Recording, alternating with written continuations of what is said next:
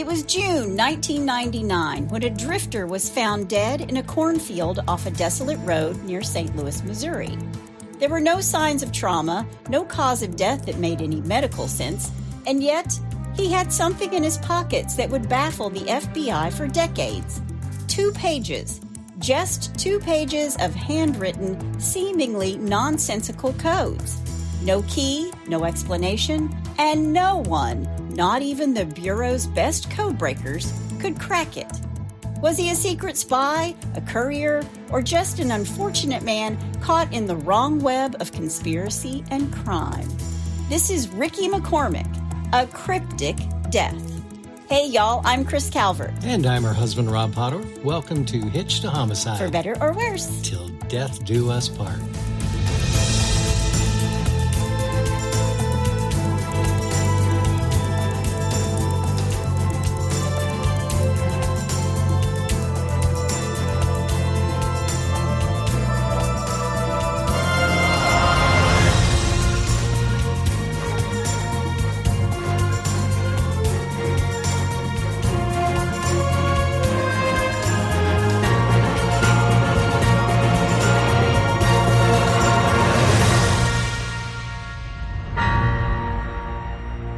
Welcome back, everybody. Yes, welcome. And for our friends in Belarus.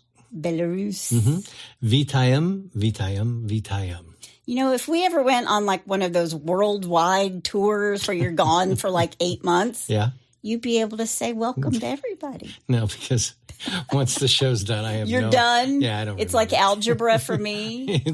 Out. Yeah. Why did I need to know if a train's coming from San Diego and another train's coming from Vermont?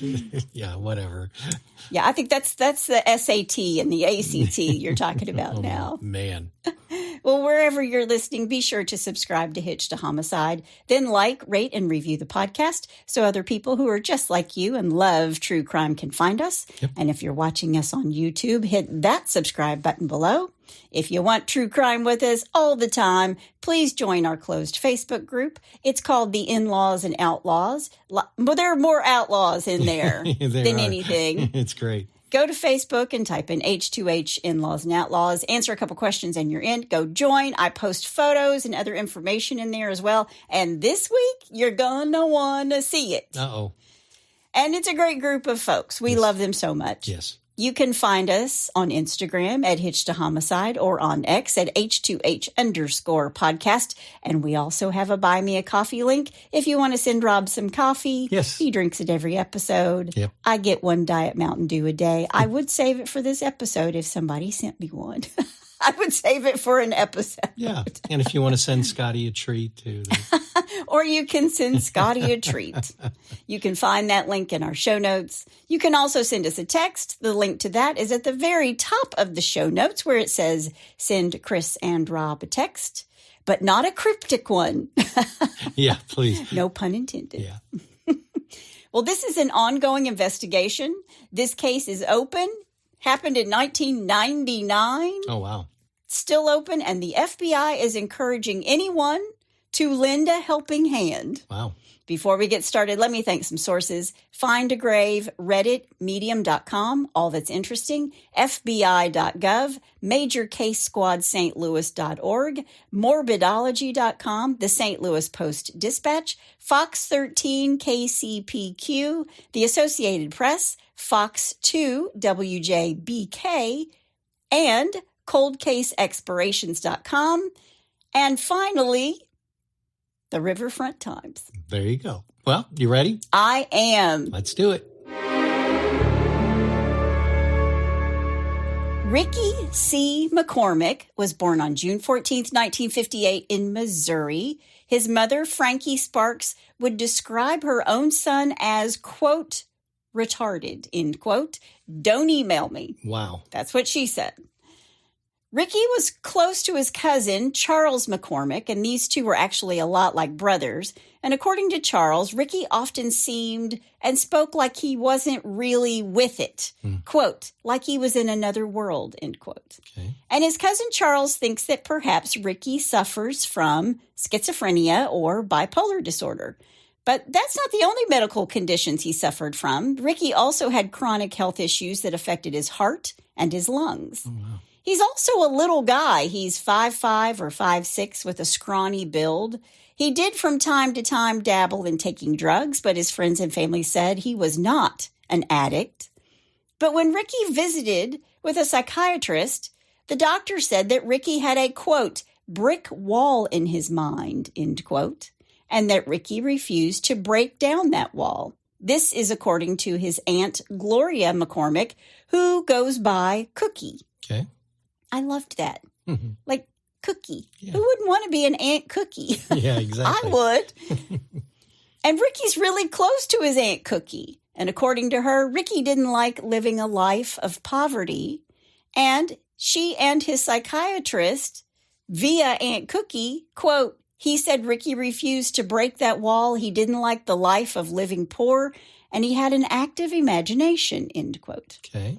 Now, no one seems to know if Ricky received treatment for his mental illness, but his family said that Ricky really liked to spin a tale. So do I, Ricky. He was always concocting big stories, and he displayed unusual behavior. When he was a kid, he was a loner. At school, he isolated himself, and at recess, he would stand alone. And he did it so often that the school called his mom and said, "We think something's wrong with Ricky." And Ricky's a kid who's going to get lost in the shuffle of education. He was moved from grade to grade, but he really couldn't read or write. Oh, really? And by the time he drops out of Martin Luther King High School, he was, for all intents and purposes, illiterate. Yeah, I mean, you hear about kids who just make their way through the school system. Yeah. They just keep, bumping them up a grade, but Just pass them along. couldn't read or write. Wow.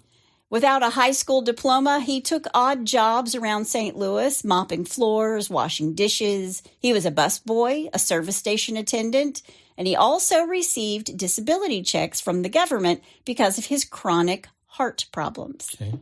He's a loner, and he prefers to work the night shifts, the graveyard shift. He liked being a night owl, and he would leave his home at dusk and come home at dawn. And his Aunt Cookie called him a vampire. Oh, jeez.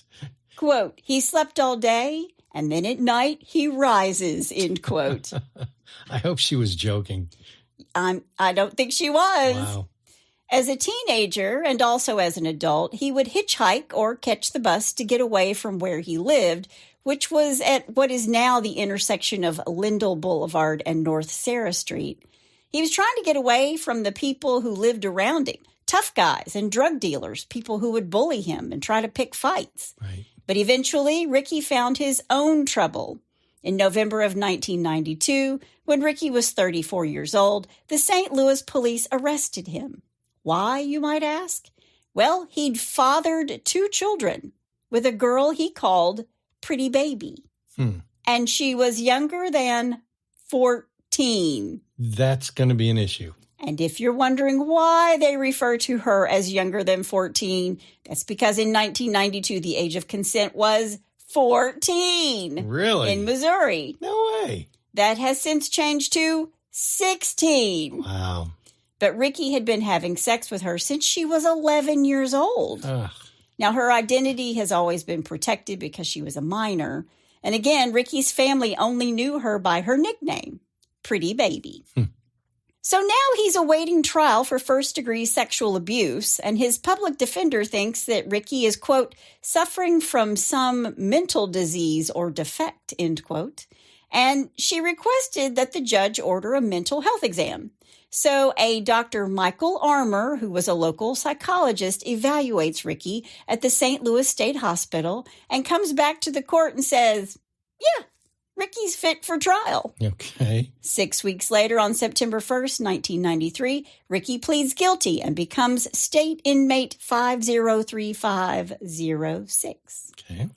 Now, Ricky spends just over a year in prison, 13 months to be exact, in the Farmington Correctional Center. He's actually released a year early, a conditional release, meaning he got time off for good behavior or being in a treatment program. He would have to have regular check-ins with a probation officer and take drug tests and continue to be in counseling. Right. But sleeping with an 11-year-old girl is a bad idea, but it's not going to be Ricky's last bad decision.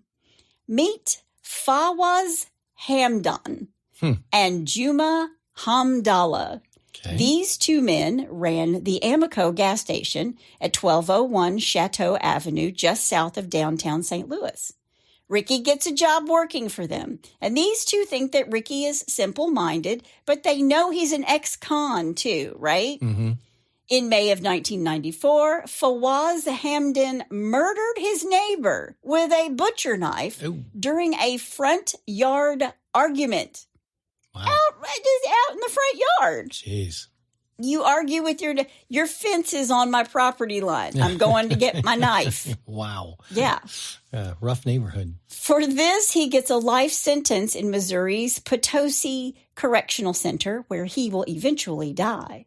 Okay. But Juma Hamdallah is a Palestinian immigrant who went by the name David Radigan, and he took over as president of the Amoco, and he brought in his brother, Baha or Bob Hamdallah. And even though they're brothers, these two don't get along at all. And Baha or Bob is linked to black gang members in St. Louis City and narcotics use. Okay. Quote, Baha is reported to be violent and in possession of several weapons, which include handguns and knives, end quote. Wow. They all like a knife, apparently. Yeah. Not long after Baha moved from Cleveland to St. Louis in 1997, when he's 22 years old, he was cruising the streets of St. Louis in his blue Mazda Protege. Do they even make that car anymore? No, they didn't make it very long then either. Yeah. A police detective spots him pulling up beside a man. The man's name is Terrence Clark. He leans out of his car window and fires a .38 into the car. Whoa. Terrence Clark is luckily unharmed. Bad shot, even that close range. Yeah. I mean, I don't know what to tell you. Yeah. But Baha is arrested, but he's never prosecuted for this. Really? Nope. Why? Well, I'm assuming that the guy he shot at, that Terrence Clark didn't want to press charges. Didn't want to press charges. Wow. Yeah. Okay. Then 9 months after this, on March 4th, 1997, Baha Hamdallah is visiting another brother, Bajet Hamdallah, where he worked at a small corner grocery called the Family Market, located in the Tower Grove East neighborhood. And these two brothers get into an argument. Everybody's always fighting. Yeah. And we all just get along. We just can't get along. But Baha allegedly grabs a gun and opens fire on his own brother from across the street. I think Baha's got an anger management problem. What do you think? Yeah. He shoots his brother in the left side of his stomach area, and after his brother falls to the ground, Baha gets in his car and drives away. Wow. But his brother, Bajet, I think I'm saying his name right, tells the police that he didn't know who shot him. He'd never seen that man before, and described the shooter as a goateed Hispanic man, and not his 5'10", 225-pound Middle Eastern brother. Wow. 6 days later, Baha Hamdallah turned himself in and was arrested on a felony charge of first-degree assault, but his brother, Bajat, told the police that he didn't want to prosecute. Wow. This guy's lucky. Yeah, he's lucky. Nobody wants to talk to the police. Yeah. We're just going to shoot each other and knife each other on the side. Either that or they're just afraid of Baha. Yeah. Well, they might be. Yeah. Later that same month, while working at the family's Amoco station, Baha was arrested again for second-degree assault for allegedly beating a man named Elro Carr with a rusty hammer. Jeez. Baha threatened to kill Elro, who was a sometimes homeless drug addict. Baha told him to get off the property of the Amoco station. He told the police, quote, "I just figured I'd take care of this myself," end quote. He did. 2 weeks before Elro Carr's case against Baha was supposed to go to court on August 7th, 1998, Elro was gunned down just a few blocks away from the Amoco station in a neighboring housing project. And the assault case against Baha was dropped. Gone. Wow. Coincidence? Yeah, I was about ready to say, yeah. Yeah, think not. Yep. In August of 1999, Juma is going to open fire on Baha, shooting him. This is his other brother. Baha never files charges and he survived, but they also bring in their other brother, Jamil Hamdallah, who is a registered sex offender. So just an all-around wonderful band of brothers. The Brady Bunch. Jeez. Police believed that Baha was the most volatile, just like you do. Mm-hmm. And police reports and witness statements that span many, many years showed that there were repeated episodes of violence that seemed to follow Baha wherever he went. Yeah. Now, Elro Carr's murder is still unsolved, and police have never arrested anyone. But there are informants who have told the police that Elro was murdered at the, quote, behest of Baha Hamdallah. This, according to the St. Louis police reports. But back to Ricky McCormick. Before sunrise on June 15th, 1999, Ricky walked up to the counter at the Greyhound bus station in downtown St. Louis and bought himself a one-way ticket to Orlando. And by this time, Ricky has fathered 2 more children. Jeez. He has a total of 4. Wow. He goes to Florida. He stays in room 280 at the Econo Lodge for 2 days. No one knows who he was meeting up with, but Ricky's got himself a girlfriend. Her name is Sandra Jones, and these two are in Florida together, and they made a bunch of phone calls to a ton of people in Central Florida before they arrive in Orlando. And then when they arrive there, they make another slew of phone calls during the 2 days of their trip. And Ricky did make at least one phone call to the Amico station that Baha owns in St. Louis. Okay. So that he works for Baha, right, and he's calling into the station. Right. Now, Sandra, the girlfriend, she thinks that the two of them are there to pick up some marijuana. And here's why. Ricky would accept these offers to pick up and deliver packages for money. He'd made trips to Florida before, and according to her, he brought weed into the apartment that he shared with Sandra in the Clinton Peabody Housing Project south of downtown St. Louis. Okay. She said the drugs were sealed in Ziploc bags and rolled together in bundles that were the size of baseballs. And Ricky told Sandra that he was holding the weed for Baha Hamdallah. Mm. Ricky never talked about his little trips to Orlando.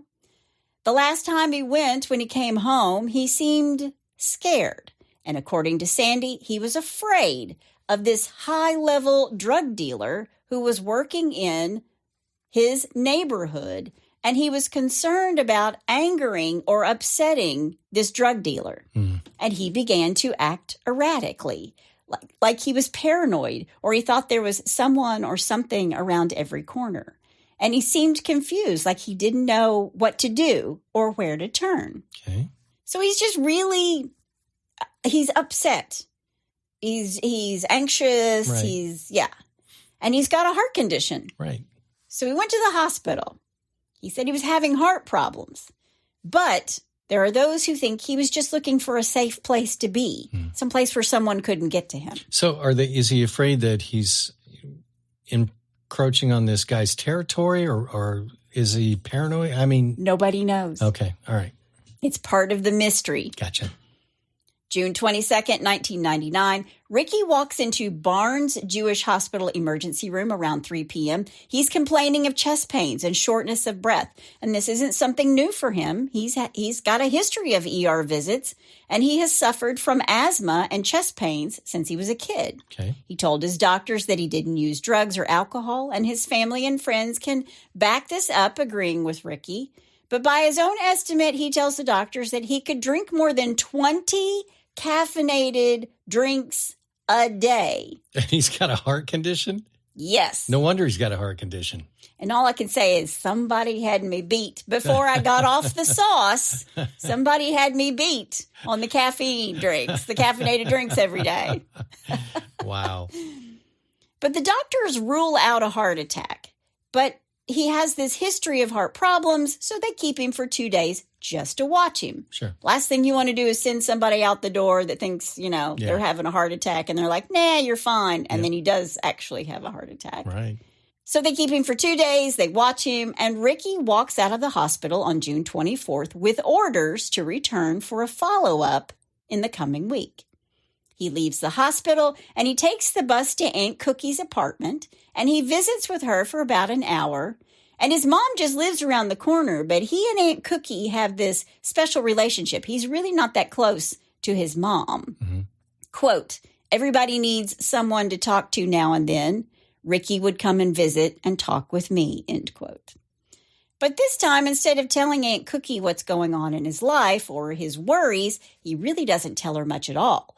She offers to take him wherever he needed to go, but Ricky waved her off. Ricky doesn't drive. He doesn't drive. How old is he now? Is it 34? Well, no. Now he's 41. Wow. Yeah. And he doesn't drive. He's not capable of driving. He uses public transportation or he hitchhikes. Okay. All right. Or he walks. All right. The next day, June 25th, Ricky goes to the ER at Forest Park Hospital, which is less than 2 miles from Barnes Jewish Hospital, where he was before. And this time he tells the doctor that he was having trouble breathing after he'd spent the afternoon mowing grass. Well, you have asthma, Ricky. Yeah. And the doctor tells him that the wheezing is an asthma flare-up. Right. And they do not admit him, and he is released at 5:50 p.m. But it's not clear whether or not he actually left the hospital when they released him, because his Aunt Cookie says that he spent the night in the waiting room and then left the next morning. He slept in the waiting room that night. All right. Ricky's girlfriend speaks with him around 11:30 a.m. on June 26th. He says, I'm out of the hospital and I'm on my way to the Amico to get a bite to eat. And at least one gas station employee actually sees Ricky at the gas station on June 27th. Now, Ricky leaves the gas station. He's never seen again. On June 30th, 1999, a woman was out driving along a rural road near Highway 367. It's near West Alton, Missouri. She looks out the window and she sees something strange in the cornfield. And she pulls over and she goes into this cornfield to check it out. And you might ask why. Yeah. Well, she stops for a reason most of us would never stop. A body was discovered in that same area in 1995, where a sex worker was found murdered by gunshot in an abandoned home on the very same stretch of road. So, I mean, is she just driving along? She's like, that looks hinky. Yeah. And that girl was found dead here. I'm going to get out of the car and look. Wow. And that's what she did. Wow. Face down, wearing tattered Lee blue jeans and a stained white T-shirt, the body was in an advanced state of decomposition. It was so bad that the flesh on his hands had already rotted to the extent that some of his fingertips had fallen off. Really? Yeah. And the flesh was just laying beside him in the field. Okay, so when was the last he was seen? The last time he was seen was at the Amico station on the 27th. And then she found him on? The 30th, 3 days later. That's just 3 days. How can a body decompose that fast? Well, it is the end of June. Yeah. Might be hotter than the hinges of hell. You don't know how hot it was at the time. True. And he's not a big guy. Right. So it's not like the elements were going to have to eat away at like 200 pounds. He's a scrawny guy. Gotcha. Okay. Still seems weird to me. It does seem a little hinky. Yeah. I agree. Okay. The body is ID'd by fingerprints, which I thought was pretty ironic since some of his fingerprints had fallen off. Well, you just take those fallen off fingerprints. And apparently they did. Send him to the station. And once he's ID'd, they realized it was 41-year-old Ricky McCormick. Wow. The area where his body is found is about 20 miles away from where he lived. And again, Ricky didn't drive. He didn't own a car. And there was no public transportation out to where he was found. So someone brought him there. Sure. But who? Right. And they were thinking he may have a head injury, but because he's so decomposed, again, it's hot, end of June, who could say? Right. And even the medical examiner couldn't say for certain if he had a head injury or not, if that was true or not. Right. Major Tom O'Connor of the Major Case Squad announced that they were going to be treating Ricky's death as a homicide. But when they get Ricky to the medical examiner, he can't determine if Ricky died of natural causes, a heart condition, lungs, or something else. Right. And the police start putting together the last few days of Ricky's life. They search his pockets for clues. They interview his relatives, his girlfriend, Sandy. But the leads are quickly running dry. All right. He was last seen officially on June 25th at the Forest Park Hospital. He was seen unofficially on the 27th at the Amoco station, right? Right. They look into Ricky's life. He really didn't have any enemies that his friends or his family knew of. There was no evidence that anybody harbored any ill will toward him. Sure. And although Sandy, his girlfriend, does tell police, quote, maybe he knew he got into something that put his life on the line. He knew he could have stayed here, but maybe he didn't want to put my life on the line, end quote. Sure. Well, and too, I mean, he would, like you said, he was exhibiting a paranoid. He was paranoid. Yeah, thought somebody was, okay. Yeah, and they didn't know if he checked into the hospital because he was really having chest pain or he really couldn't breathe or he was just sort of hiding out there. Right. And even when he's released, remember, he sleeps in the waiting room. Sure. So he didn't go back to be with Sandy. Right. And she's saying maybe he didn't want to put my life on the line. Right. She also believes that when Ricky returned from Florida on the last trip, she suspected that Ricky might have done something wrong in Orlando. And if anyone was going to hurt Ricky, she tells the investigators, it would probably be Bob or Baha Hamdallah. And the medical examiner believes that based on the body, Ricky probably died on the 27th of June, which is the same day that they saw him at the Amoco station. Right.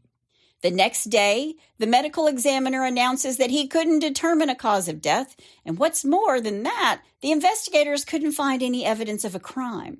So they announced that Ricky had died of natural causes, even though it's incredibly hinky. It just doesn't make sense. Sure. He's just out in a cornfield. Right. He can't drive. He can't get there. Yeah. Who took him there? And that was way before Uber. That was way before Uber. The pathologist at St. Charles County Medical Examiner's Office examined 72 pounds of bones and flesh. Told you he was little. Yeah. That's what survived exposure to the elements. But nothing to report other than he died of natural causes. And remember when I said that area was kind of a dumping ground for bodies? Right. In 2001, 2 years after Ricky's body is found, state road crews who were mowing grass 300 yards away from where Ricky was found find the bodies of 2 nude women. Wow. Yeah. Wow. This is after him. This is after him, 2001. So it really is kind of this dumping ground. There was a dead woman before him, then him, now these 2 nude women. Wow.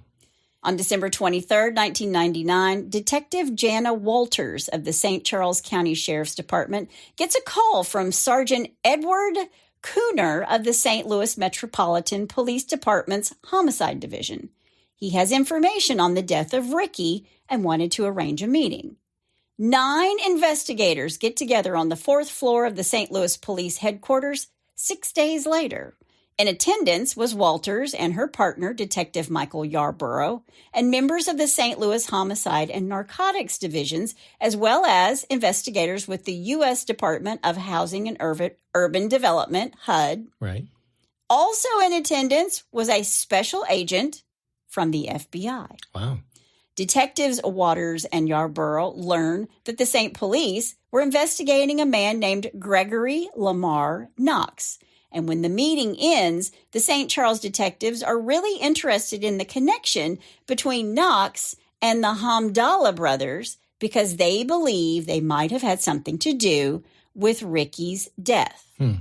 Also, it's important to note that a police informant, a drug dealer, told authorities that Gregory Knox was responsible for the murder of a black man who worked at the gas station on Chateau Avenue and whose body was dumped near West Alton in the cornfield. So was it Gregory Knox? Is that who took him out there and dumped him? Yeah. Because this police informant who works on the inside of the narcotics trade is saying that that's what he heard. Yeah. I mean, it sounds like it. Well, I mean, it's they've outed him because someone who's on the inside is saying that. You know, their police informant is saying that. Yeah. It's hard to connect the dots, though. It is. But authorities start staking out the Hamdallah's gas station, as well as the homes of the Hamdallah brothers and their employees and other owners. They never end up arresting anyone, and Detective Yarborough has said that despite the ongoing suspicions, the detectives could never substantiate claims from their informants that there was a connection between Ricky's death and the Hamdallahs or Knox. Right. Knox, however, is arrested on July 25th, 2000, and pleads guilty in January of 2001 on charges of possession with intent to distribute crack cocaine and carrying a firearm during and in relation to a drug trafficking crime. That'll get you. That'll get you put in jail. Yep. A March 2001 HUD report to Congress noted Knox, quote, was a suspect in at least 4 homicides that occurred in 1998 and 1999 in the LaSalle Park Homes and Clinton Peabody public housing developments in St. Louis. Okay. He was also the number 1 supplier of narcotics to LaSalle Park Homes. Knox served his sentence at the Federal Medical Center in Lexington, Kentucky. Hey, look at that. He was scheduled to be released in November of 2013. I don't know if he was released or not. Okay. My guess is he's gone. Yeah. On October 13th, 2000, Baha Hamdallah was managing another store, Charlie's Food Market in Madison, Illinois, when he got into an argument with a customer named Robert Steptoe. Now, there are different versions of events that happened. They're later presented in court, but ultimately a jury convicted Hamdallah of first-degree murder. Jeez. After he shot Steptoe in the face. Good Lord. With a 9mm Glock pistol right outside the store. Wow. I hope it wasn't over the price of eggs. Well, if there's anything to fight about, it's that, right? Yeah. In September of 2002, a Madison County judge sentenced Hamdallah to 38 years in prison for killing Steptoe. Jeez. Now, nearly 4 years later, in May of 2006, an Illinois appellate court ruled Hamdallah's attorney erred by not calling a gunshot residue expert to testify in person in the shooting case. And the appellate court granted a retrial. And in the second go-round, the jury bought Hamdallah's claims of self-defense and his version of events in which the gun went off while he and Steptoe were struggling for control of the pistol. We both reached for the gun. Jeez. It's the same old story. You need to come up with a better one. On May 15th, 2008, Hamdallah walked out of court a free man. Unbelievable. Yeah. It's believed that his brother Yuma moved to the Philippines and that Baha has married and relocated back to the Cleveland area in his attempt to start over following his Illinois murder trial. Now, Gregory Knox has said that he doesn't know anything about the Hamdallahs being involved in the murder of Ricky McCormick, even though this informant has said he does. Wow. Then for the next 12 years, nobody questioned what had happened to Ricky. It was just an unfortunate thing that he died in that cornfield. He just happened to be 20 miles. He just happened to be 20 miles from home. Wow. But in March of 2011, the FBI announces that, in fact, Ricky was murdered. And what's more, there were 2 encrypted notes found in the pockets of his dirty Lee jeans. And now, because they were stumped, they wanted the public's help with deciphering these 2 pages. Weird. They found these cryptic notes in his pockets. They tried to solve them, couldn't do it.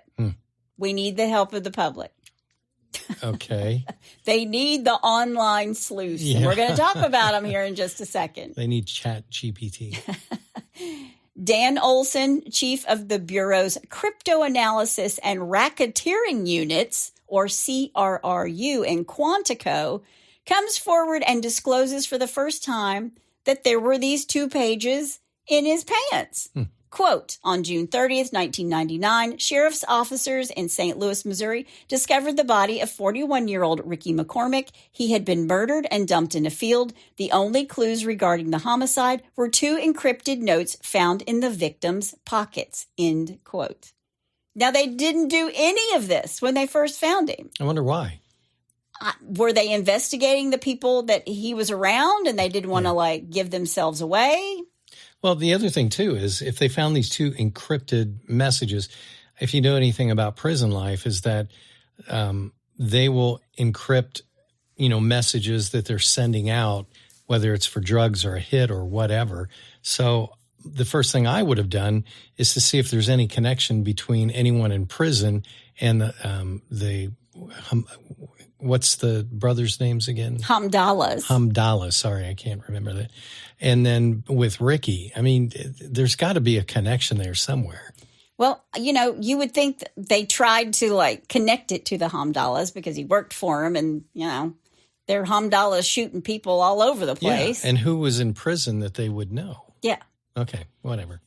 On these 2 pieces of paper, there were more than 30 lines of coded material using a variety of letters, numbers, dashes, and parentheses. And the FBI tries to crack this code. Disciplined, methodical, emotionally detached. And when the McCormick codes originally hit this man's desk, the agent's desk, Agent Olson, he attacked them as he always does, counting characters, looking for patterns. He attempted to break them down manually with graph paper and a pencil. Okay. He dissected these strings of letters and numbers on whiteboards. Then he switched to software, right? Right. Trying to look for statistical analysis. Sure. And he worked on the codes for 2 solid weeks. He got nowhere. He brought in other analysts to take a look and brainstorm about what this might have been. He consulted experts for clues. Okay. He compared the letters and numbers in the notes to every street address in St. Louis and vetted them against maps from across the country, but no hits rose to a level beyond, well, that's a coincidence. Quote, it doesn't happen often that we have an unsolved cipher of this length and significance, he said. Quote, the characters are not random. There are many E's, for example, that could be used as a spacer. There are many characteristics that suggest it could be solved, many patterns. The problem is we don't know why it's not solvable, end quote. Wow. So apparently cracking a code takes 4 steps. First, you have to determine the language used, and in this case, it's English.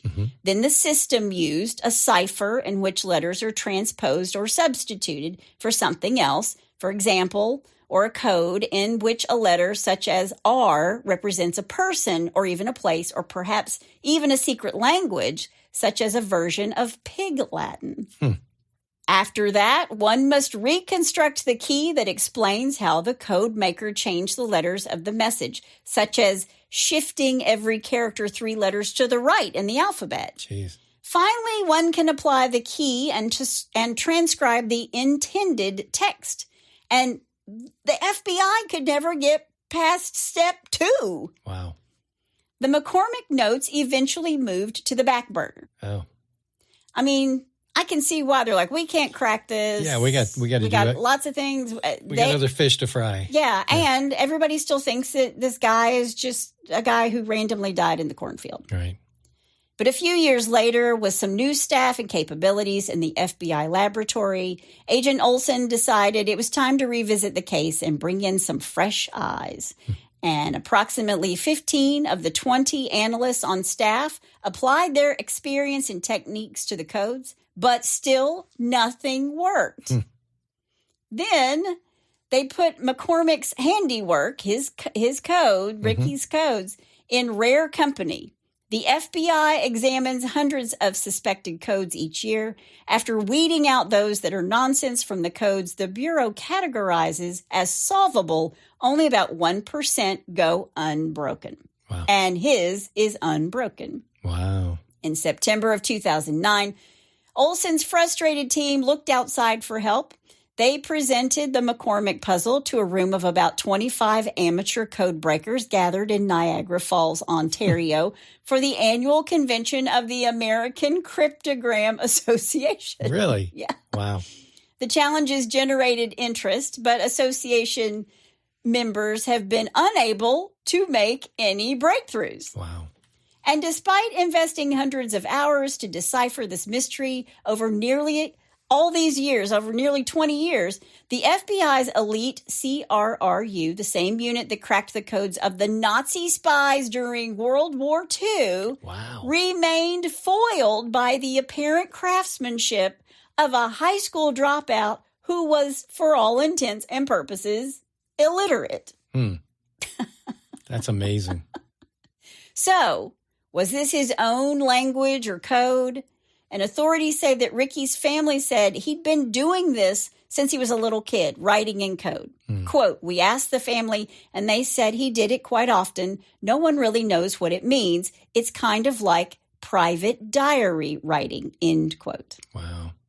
That's not true. Hang on. Okay. But whatever this code is, the FBI is stumped. They released 2 photographs of the notes.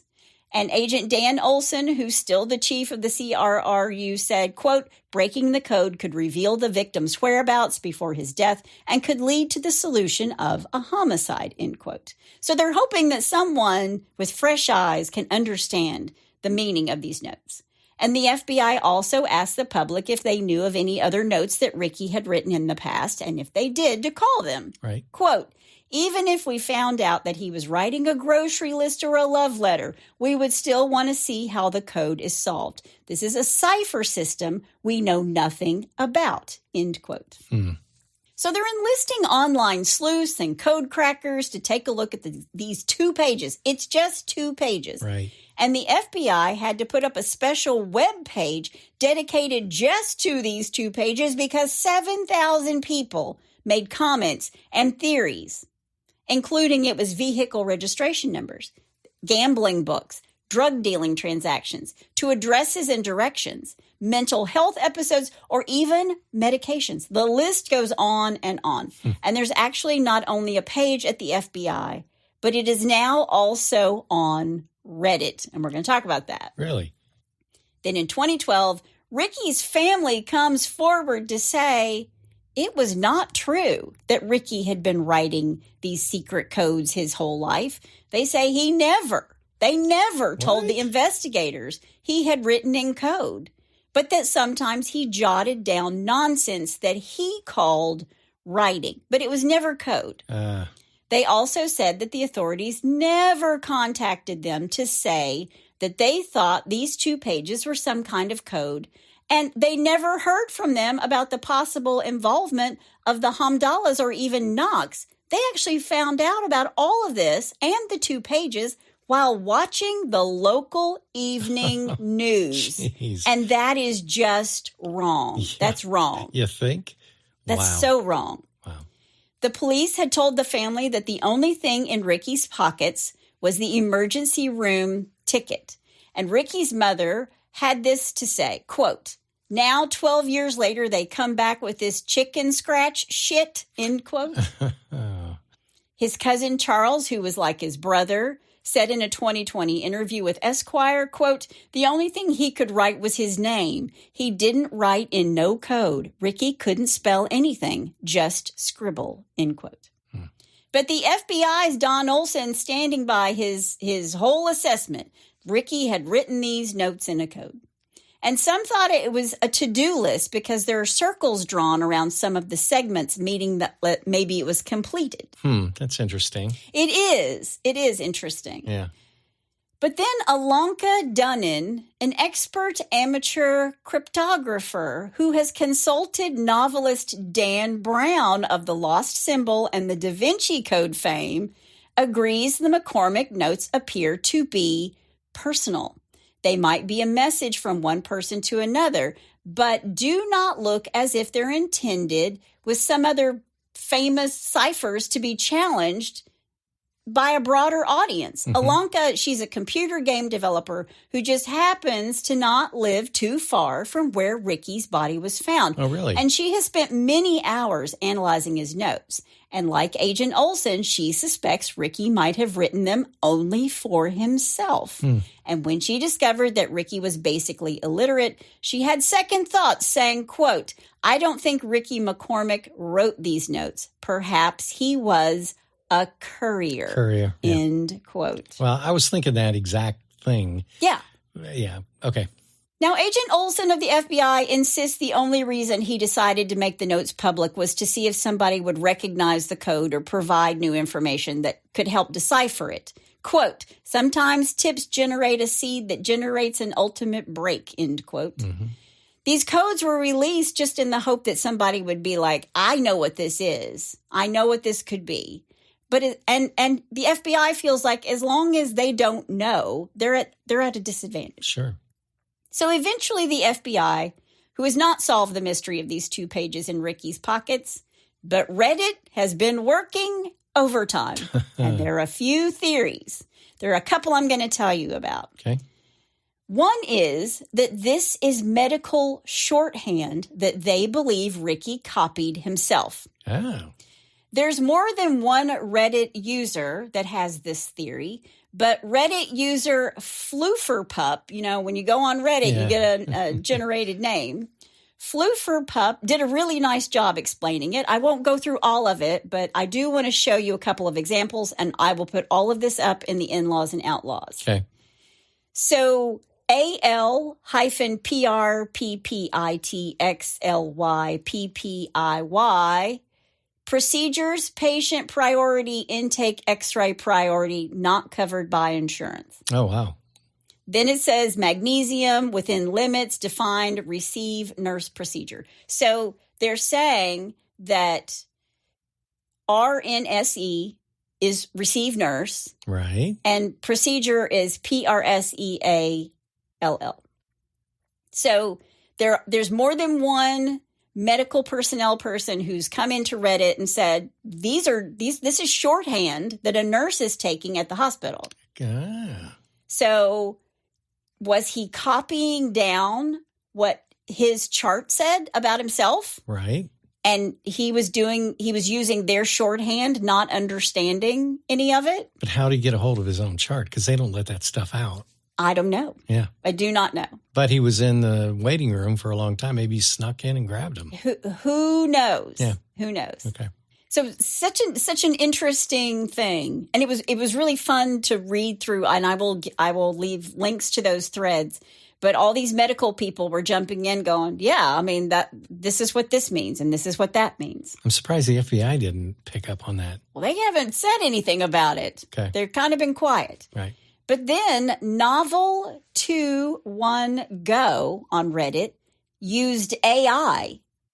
And this is what he had to say about the codes. Ricky McCormick was the messenger for the drug dealers. He's a low-educated man, can't spell his name. His duty is to receive the encrypted notes and contact the buyers, and they decoded the notes, like where the cocaine is. Right. In these notes, the place was in Ellis County, Oklahoma, 36 North, 99.9535 West. Coordinates.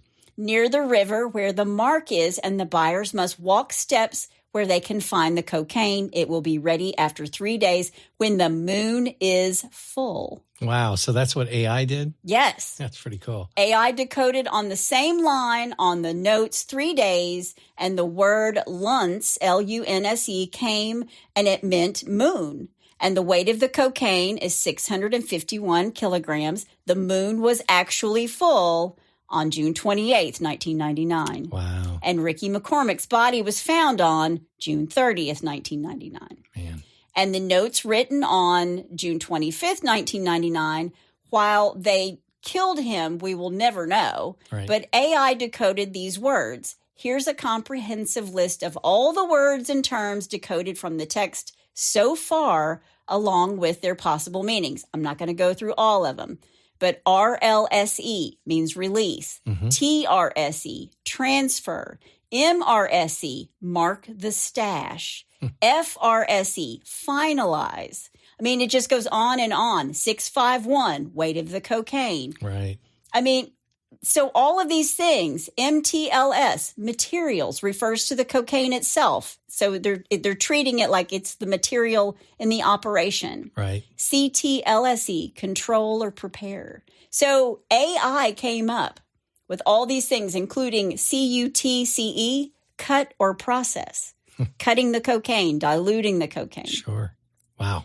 So I will post all of these. I will post the actual papers that were found, the notes that were found in his pocket. And I do want to say at the top of these notes, it actually says notes. It's been printed from someplace else. And someone said, has anybody ever checked to see where this paper came from? And that is such a good point. Yeah. Yeah. Did they have that type of paper at the hospital? Right. Did he write that at the hospital? Right. Did they have that type of paper at the Amoco station? Mm-hmm. Where did it come from? Right. I thought that was really, really, really interesting. Sure. It's all very interesting. Yeah. But still, who could know what it meant and why they needed to murder Ricky over any of it? Right. Who wrote the notes? Was it some sort of special code like AI says, for the cocaine? And why did they murder Ricky? Mm-hmm. If you have any other information regarding the murder of Ricky McCormick, please call the St. Charles County Police Department hotline at 636-949-3002. You can also contact the St. Louis Regional Crime Stoppers at 866-371-8477 if you want to remain anonymous. Anybody? FBI wants to know if you've seen a code like this or you think you know how to break it. They want you to write to the CRRU at the following address: FBI, Laboratory Cryptanalysis and Racketeering Records Unit, 2501 Investigation Parkway, Quantico, Virginia, 22135. Attention, Ricky McCormick case. So it's a perplexing case. It really, really is. Yeah. But the fact that somebody used AI. I know, that's cool. So smart. And as I was reading through all of this, as I, looking at the cipher, looking at all of the pages, I even said to myself, I wonder if this got plugged into AI, what it would come up with. Right. And then when I went through Reddit, I was like, well, somebody else had the same idea I did. Yep.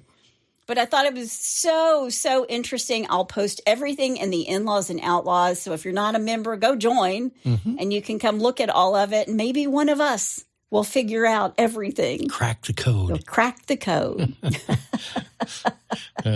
But that is the perplexing case of Ricky McCormick and his cryptic pages. And that's all I have to say about that.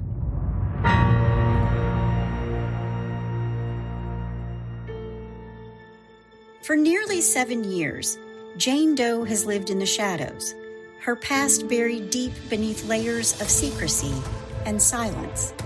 After completing more than was asked of her in her last assignment for the enigmatic Kywolf project, Jane Doe vanished without a trace, leaving behind a trail of dead bodies and unanswered questions. But now, as the specter of her past returns with a vengeance, Jane finds herself thrust back into a world she thought she'd left behind forever.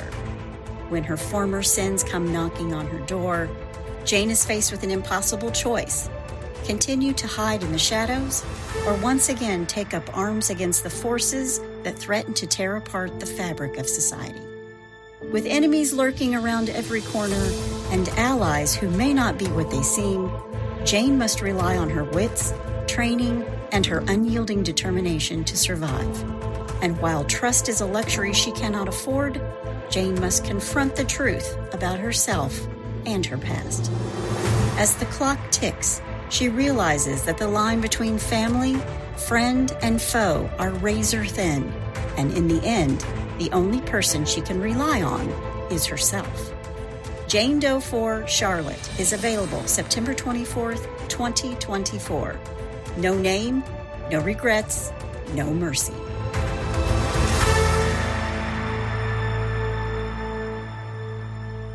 Well, here's my take on it. Okay. Rob's take. The question I have, though, is if this was a, drug syndicate, crime syndicate, and these were, ciphered messages that were found in, and they killed him and dropped, why did they leave those messages in his pocket? Yeah. Good question. That makes no sense to me at all. Maybe they thought nobody will ever know what this is. And guess what? It's 2025 and the FBI is still looking. Yeah, but those were important messages for them to know exactly where the Yeah. And were things like, did they draw circles around things to say that's been completed? Yeah. It's really interesting. I want everybody to take a look at the 2 pages of notes and look through it, and then read some of the theories. I'll put the medical stuff up, and I'll also put the AI stuff up, both in the In-Laws and Outlaws, because it's really interesting to like look at what's written. Yeah. And some of it is, not to quote his mother, but some of it is some chicken scratching too. Yeah. You're like, is that a 2? Is that a E? What is that? So, and 2, I'd want to know if they did handwriting analysis from Ricky compared to the writing on the ciphered notes. Well, apparently he could only write his name. According to his family, he could only write his name. And I totally agree with the expert chick who does all the stuff for Dan Brown and, said he was the a Da Vinci Code. After she heard that he was illiterate, she goes, he's a courier. Yeah. I'm like, it takes a woman. There you go.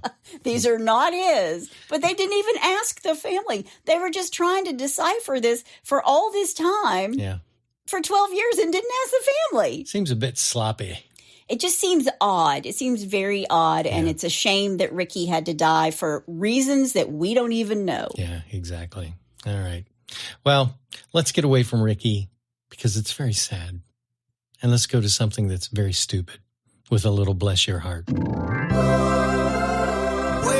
bless your heart. All right, number 1. You might want to work on your cursive. Okay.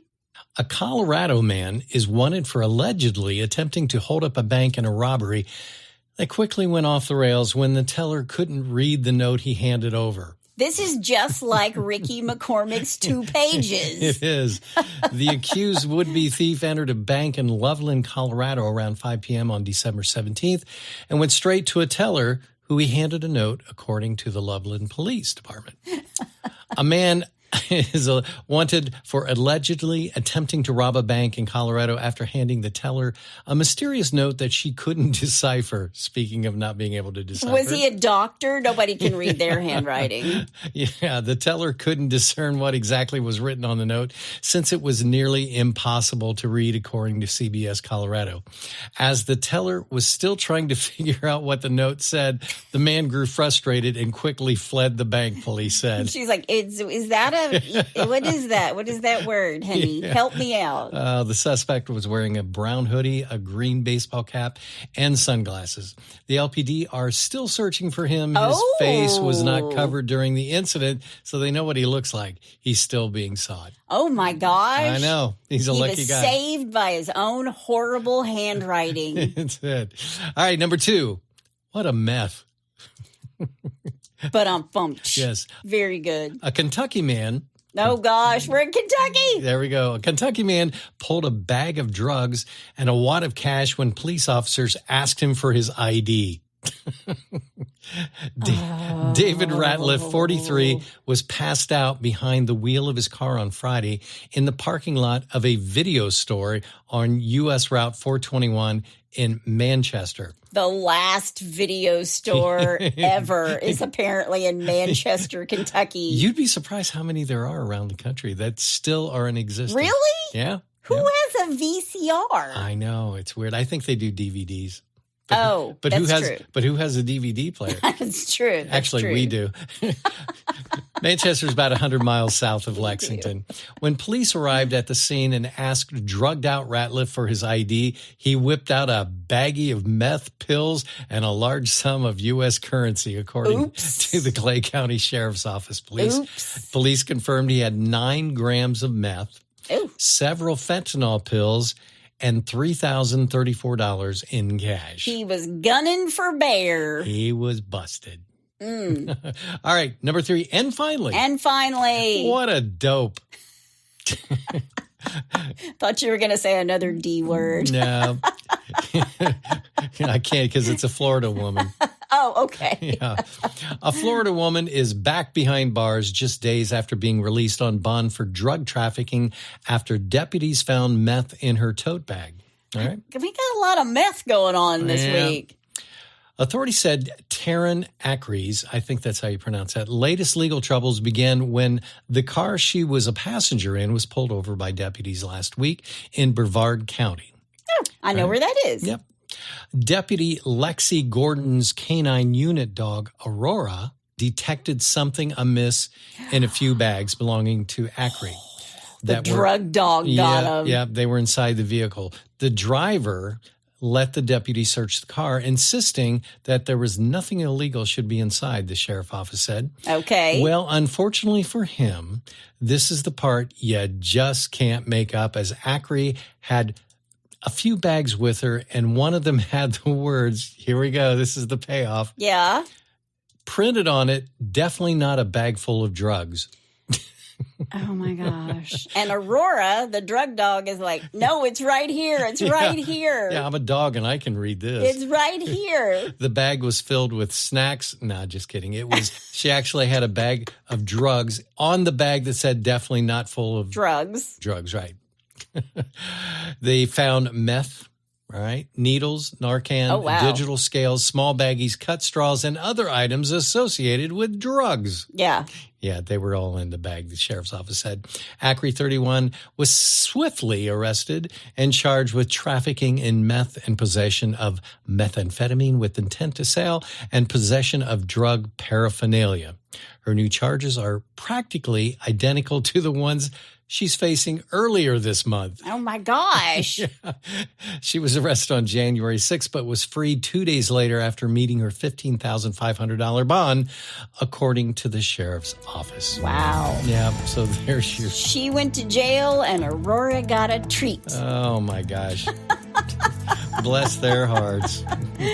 Well, if you have a bless your heart or you know somebody's heart who needs a blessing, all you got to do is go to hitchtohomicide.com. When you get there, you will find a pull-down menu. Yep.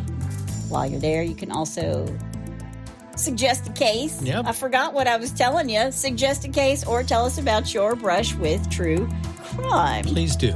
That's my amazing husband out there. And that's my beautiful bride in the booth. Join us next time on Hitch to Homicide. Bye, y'all.